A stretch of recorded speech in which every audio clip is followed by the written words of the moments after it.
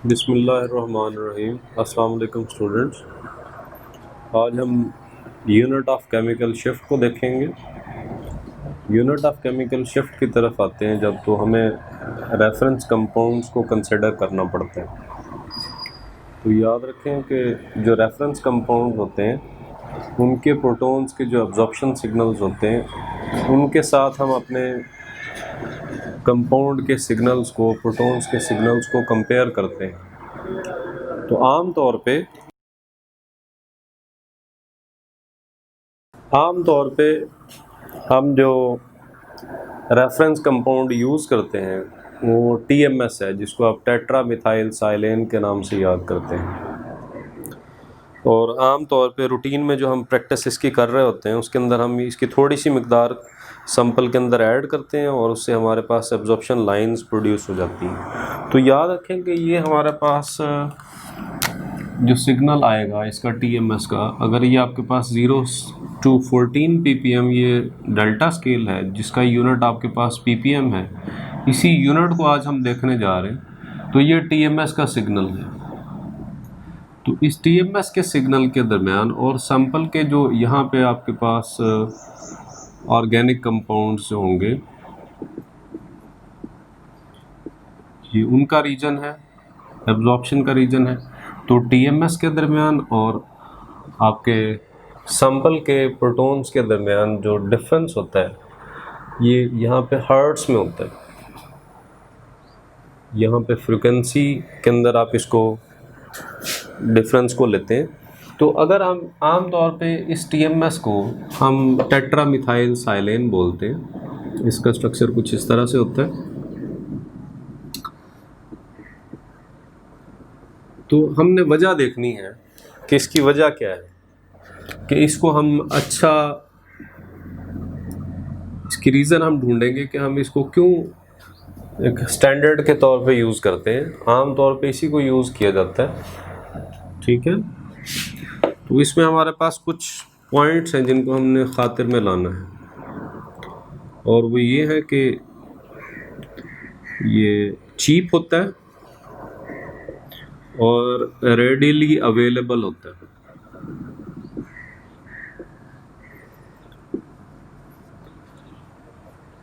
और दूसरे नंबर पे केमिकली इनर्ट होता है।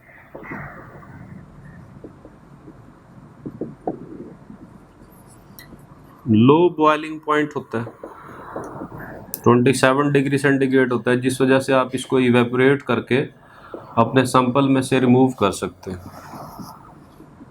शार्प सिग्नल देता है लो कंसंट्रेशन पे भी,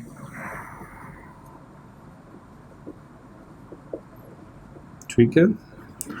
और लास्ट में इसके जो मिथाइल प्रोटॉन्स हैं वो ज़्यादा शील्डेड होते हैं।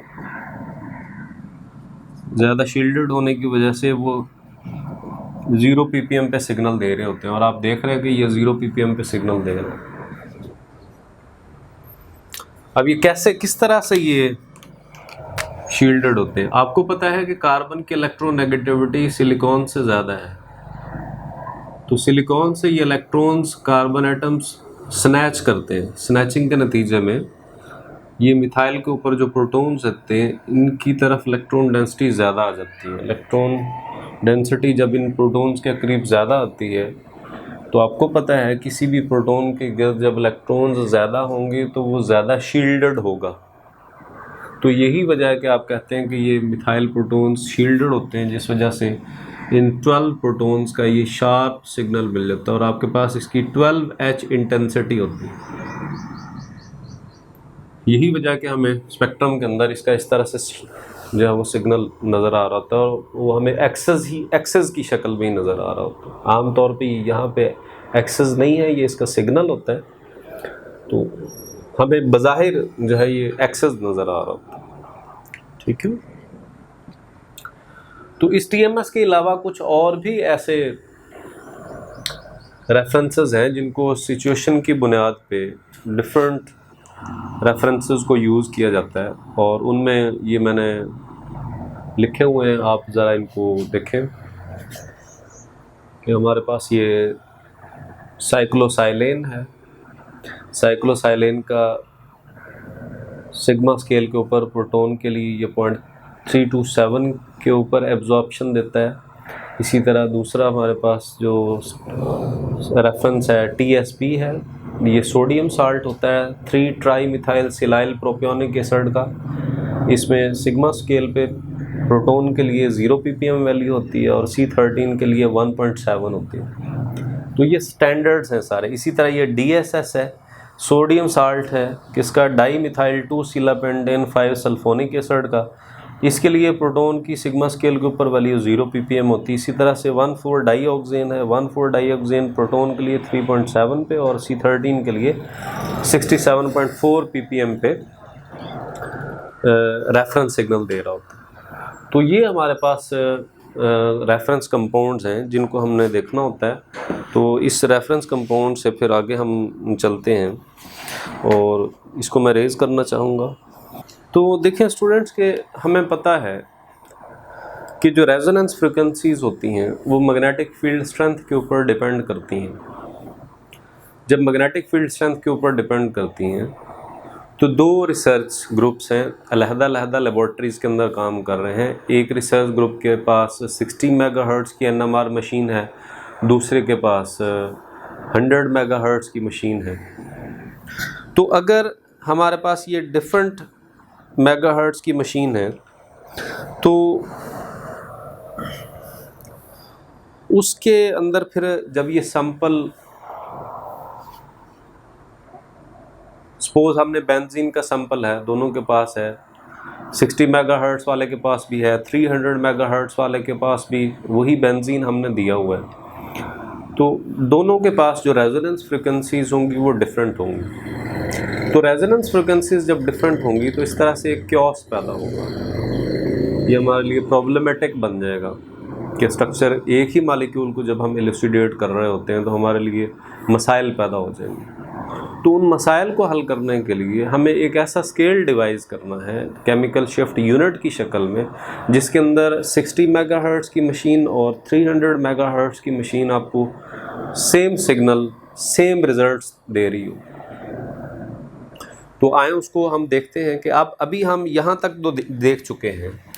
हम ये देख चुके हैं कि हमने देखा था कि ये TMS और जो हमारा जो कि रेफरेंस है और जो सैंपल कंपाउंड्स के दरमियान जो सिग्नल होता है, इनके दरमियान ये जो डिफरेंस होता है, इस डिफरेंस को भी आप केमिकल शिफ्ट के नाम से याद करते हैं। ये अगर किसी सैंपल का सिग्नल है, प्रोटॉन का सिग्नल है, तो इन सिग्नल्स के दरमियान डिफरेंस भी केमिकल शिफ्ट है। केमिकल शिफ्ट की यहाँ पे ये भी एक डेफिनेशन बन जाती है। तो हम देख चुके हैं कि ये जो फ्रीक्वेंसी डिफरेंस होता है, ये फ्रीक्वेंसी डिफरेंस दर हकीकत सैंपल के दरमियान और जो रेजोनेंस फ्रीक्वेंसी TMS की होती है उसके दरमियान होता है। TMS आपका स्टैंडर्ड है और आपको पता है कि ये TMS की आमतौर पे 0 ppm वैल्यू होती है। ये 0 पे इसका सिग्नल आता है। तो ये हमें इक्वेशन हासिल होती है। अब ये जो फ्रीक्वेंसीज़ है ये डिफ़र करती हैं उसकी NMR मशीन की स्ट्रेंथ की हिसाब से। तो जब NMR स्पेक्ट्रोमीटर्स के अंदर ये मैग्नेटिक फील्ड स्ट्रेंथ वेरी करेगी तो ये फ्रीक्वेंसीज़ भी वेरी करेंगी। तो हम क्या करते हैं, हम सिग्मा के स्केल हासिल करने के लिए हम क्या करते हैं, इसी फ्रीक्वेंसी को लेते हैं जो कि हमारे पास फ्रीक्वेंसी है सैंपल की minus frequency of the TMS, और इसको डिवाइड कर देते हैं फ्रीक्वेंसी ऑफ द स्पेक्ट्रोमीटर के साथ और इसको मल्टीप्लाई कर देते हैं 10⁻⁶ के साथ। अब इसको इसके साथ मल्टीप्लाई क्यों कर रहे हैं, इसको भी आगे हम देख लेते हैं कि इसके साथ क्यों मल्टीप्लाई कर रहे हैं।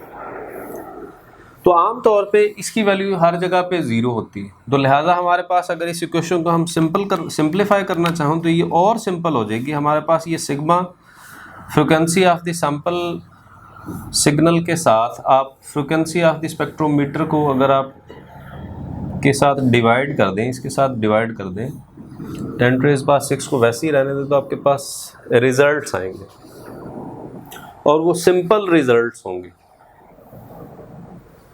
किस तरह से सिंपल रिजल्ट्स होंगे, अब यहाँ पे रेजोनेंस फ्रीक्वेंसी, ये New sample, this stands for the resonance frequency of the sample, and this new spectrometer stands for the resonance frequency of the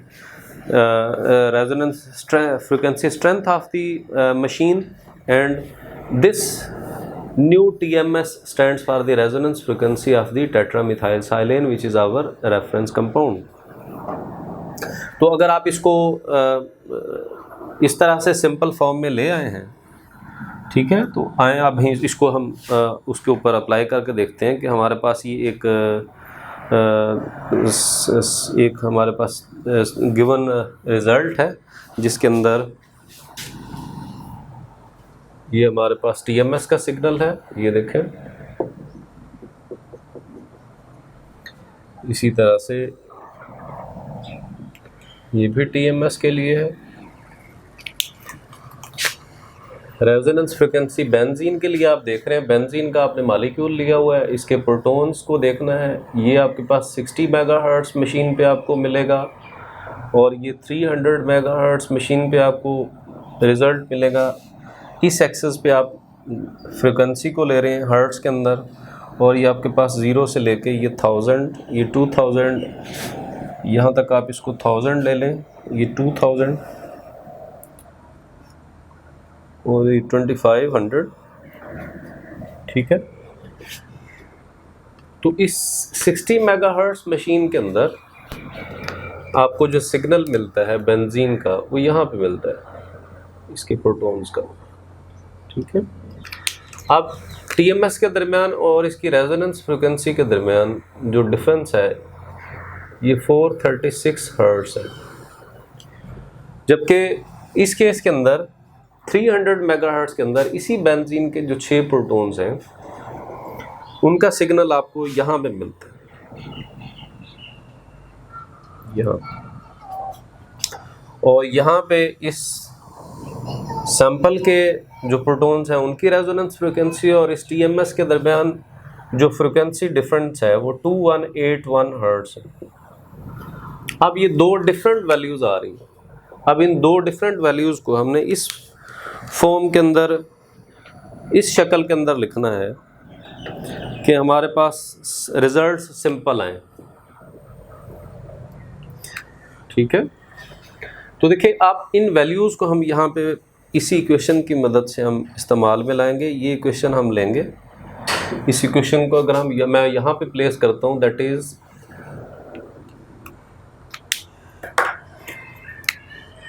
ये देखिए आपके पास डेल्टा है, फ्रिक्वेंसी है सैंपल की, of the sample divided by frequency of the NMR machine which is new spectrometer multiplied by 10⁻⁶। तो देखें sample का आपके पास एब्जॉर्प्शन आ रहा है 436 पे हर्ट्ज़ पे, NMR मशीन की स्ट्रेंथ है 60 मेगाहर्ट्ज़ मल्टीप्लाइड बाय 10⁻⁶। आंसर आपके पास आएगा 727 ppm,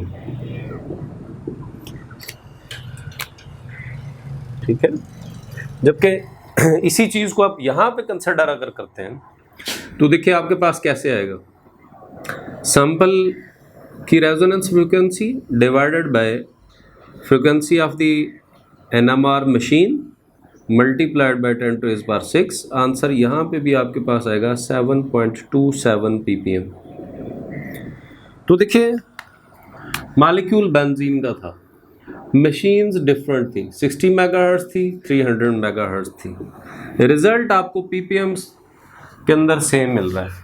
तो दर हकीकत यही केमिकल शिफ्ट यूनिट है, मॉलिक्यूल सेम था, मशीन डिफरेंस थी। तो इस तरह से दो रिसर्च ग्रुप्स के दरमियान जो एक क्योस पैदा हो रहा था उसको हमने इस फार्मूला की मदद से उस क्योस को ख़त्म किया और हमने उसको सिंपल यूनिट्स के अंदर एक ही मॉलिक्यूल के लिए डिफरेंट मशीन्स के, अब ज़रूरी नहीं है कि आपके पास ये 300 हो, 60 मेगा, तो अब इस 300 के बजाय अगर ये 900 मेगाहर्ट्ज़ हो, 1100 मेगाहर्ट्ज़ हो, तो आप इजीली एक ही मालिक्यूल के ऊपर जिस भी आप मशीन के ऊपर काम कर रहे होंगे अपने आप रिजल्ट्स सिंपल हासिल कर सकेंगे। तो अब आप इस केमिकल शिफ्ट वैल्यूज़ को डायमेंशनलेस यूनिट्स में एक्सप्रेस कर सकते हैं। अब ये वैल्यूज़ मैग्नेटिक फील्ड के इंडिपेंडेंट हैं, जबकि ये रेजोनेंस फ्रीक्वेंसीज जो थी, ये रेजोनेंस फ्रीक्वेंसीज डिपेंड कर रही थी मैग्नेटिक फील्ड के ऊपर, जबकि ये पीपीएम वैल्यूज़ अब मैग्नेटिक फील्ड के इंडिपेंडेंट हैं। तो इस तरह से एब्जॉर्प्शन होती है, तमाम के तमाम प्रोटॉन NMR एब्जॉर्प्शन होती हैं 0 से लेकर 10 ppm रेंज में होती हैं, जो कि डाउन फील्ड होती हैं as compare to this TMS।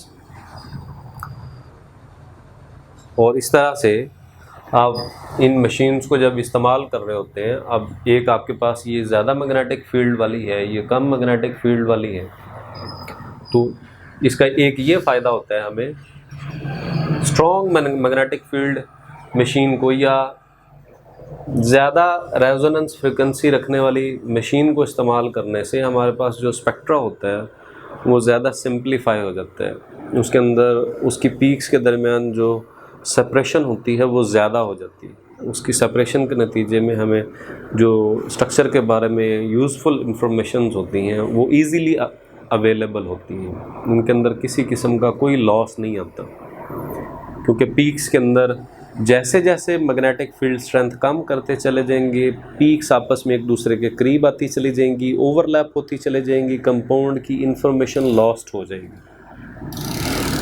ठीक है, तो इसी बात को कि हम अगर स्ट्रॉन्ग मैग्नेटिक फील्ड को यूज़ करते हैं, स्ट्रॉन्ग मैग्नेटिक फील्ड मशीन को यूज़ करते हैं, तो उससे हमारे पास ये किस तरह से सिंप्लीफाई होता है, मैं इसको रेज़ करना चाहूँगा, आपको उसका जस्टिफाई करना चाहूँगा एग्जांपल देके कि किस तरह से हम इसको देखते हैं। तो देखें जी, हमारे पास ये 3 मशीन्स हैं।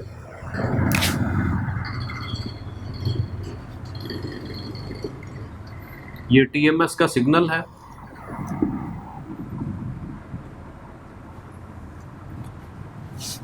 सारे के सारे सिग्नल्स रेफरेंस कंपाउंड्स के हैं। ये मशीन आपके पास 60 मेगाहर्ट्ज़ की है, ये आपके पास 100 मेगाहर्ट्ज़ की है, और ये आपके पास 300 मेगाहर्ट्ज़ की है। ये अगर 0 ppm है और किसी भी कंपाउंड का अगर 1 ppm पे सिग्नल आ रहा है इसके अंदर यहाँ पे, तो इस 100 मेगाहर्ट्ज़ के अंदर जो 1 ppm होगा वो यहाँ पे होगा, 300 मेगाहर्ट्ज़ के अंदर 1 ppm यहाँ पे होगा। तो आप क्या ऑब्जर्व कर रहे हैं, जैसे जैसे मैग्नेटिक फील्ड स्ट्रेंथ बढ़ाते चले जा रहे हैं, जो सिग्नल्स हैं TMS के और सैंपल कंपाउंड के, उनके दरमियान फासला बढ़ता चला जा रहा है।